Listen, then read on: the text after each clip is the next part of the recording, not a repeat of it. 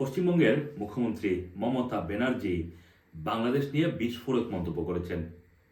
তার পাল্টা জবাব দিয়েছেন ব্রিটেনে সফররত বাংলাদেশের অন্যতম বৃহত্তম রাজনৈতিক দলের মহাসচিব সেক্রেটারি জেনারেল মির্জা ফখরুল ইসলাম আলমগীর। তিনি বলেছেন যে মমতার বক্তব্য বাংলাদেশের স্বাধীনতা এবং সার্বভৌমত্বের জন্য হুমকি। মমতা ব্যানার্জি, যিনি পশ্চিমবঙ্গের মুখ্যমন্ত্রী, বাংলাদেশ সম্পর্কে প্রায়ই তিনি নানান ধরনের বিস্ফোরক বিতর্কিত মন্তব্য করে থাকেন, কিন্তু এবার যেটা বলেছেন সেটা বাংলাদেশের জন্য যথেষ্ট হুমকি স্বরূপ বলেই মনে করছেন রাজনীতিবিদরা। বাংলাদেশের জাতিসংঘের শান্তিরক্ষী মিশন সেটা পাঠানো উচিত বলে মন্তব্য করেছেন তিনি।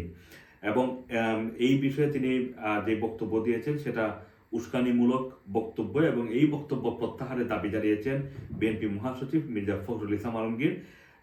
এবং তিনি এই আজকে সোমবার দুপুরে লন্ডন থেকে বাংলাদেশের বিভিন্ন গণমাধ্যমের সাথে টেলিফোনে এই বক্তব্যটি দিয়েছেন, এবং তিনি বলেছেন যে সকালে কয়েকটি পত্রিকায় একটি সংবাদ দেখেছেন তিনি, যেটা ভারতের রাজ্য পশ্চিমবঙ্গের মুখ্যমন্ত্রী যে উক্তি করেছেন বাংলাদেশ সম্পর্কে, সেই বিষয়ে তিনি বক্তব্য না রেখে পারছেন না। তিনি মমতা বন্দ্যোপাধ্যায় যে উক্তি করেছেন বাংলাদেশের শান্তি বাহিনী প্রেরণের, এটা সম্পূর্ণভাবে বাংলাদেশের স্বাধীনতা এবং সার্বভৌমত্বের প্রতি একটি হুমকি। এবং তিনি মনে করেন এই বক্তব্যের মধ্য দিয়ে নেতৃবর্গের যে দৃষ্টিভঙ্গি সেটা তাহলে কিছুটা হলেও প্রকাশিত হয়েছে, ভারতের যে দৃষ্টিভঙ্গি সেটা কিছুটা হলেও প্রকাশিত হয়েছে। এবং তিনি আরো বলেছেন যে বাংলাদেশে পশ্চিমবঙ্গের মুখ্যমন্ত্রী মমতা বন্দ্যোপাধ্যায়ের এই বক্তব্য অবিলম্বে প্রত্যাহার করা উচিত। এই ধরনের কোনো চিন্তাও করাও তাদের মধ্যে উচিত হবে না, কারণ বাংলাদেশের মানুষ মুক্তিযুদ্ধ করে স্বাধীন হয়েছে এবং সম্প্রতি একটা বিপ্লবের মধ্য দিয়ে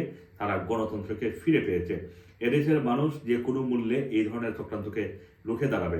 মির্জা ফখরুল ইসলাম আলমগীর বলেছেন যে বাংলাদেশের সাম্প্রদায়িক সম্প্রীতি ক্ষুণ্ণ হওয়া বা বিপন্ন হওয়ার যে অলিক কাহিনী ভারতীয় মিডিয়াগুলোতে প্রচারিত এবং প্রকাশিত করা হচ্ছে সেটা কোনোভাবেই গ্রহণযোগ্য নয়। এবং তিনি এটাও বলছেন যে আমরা বারবার বলছি যে এখানে ভারতের সাংবাদিকরা এসেছিলেন, তারাও দেখেছেন যে পশ্চিমবাংলা এবং ভারতের অনেক নামকরা সাংবাদিক এসেছিলেন, তারা দেখেছেন যে বাংলাদেশে এই ধরনের কোনো পরিস্থিতি নেই। অথচ ভারতবর্ষের মিডিয়া এবং তাদের নেতৃবর্গ যেভাবে সম্পূর্ণ একটি মিথ্যাকে প্রচার করছেন এবং বাংলাদেশের স্বাধীনতার সার্বভৌমত্বের প্রতি হুমকি দিচ্ছেন, সেটা কোনোভাবেই বাংলাদেশের মানুষ গ্রহণ করবে না। তিনি আরও বলেছেন যে বাংলাদেশ সম্পর্কে অত্যন্ত দুঃখজনকভাবে যে কথাগুলো বলা হয়েছে, অতি সম্প্রতি ইসকনকে বাংলাদেশে যে আন্তর্জাতিক কৃষ্ণভাবাপন্ন ভাবনামৃত যে সংঘ, সেটি নিয়ে যেই নতুন করে চক্রান্ত শুরু হয়েছে বাংলাদেশের ভিতরে, সেটা বাংলাদেশের মানুষ কখনোই গ্রহণ করবে না।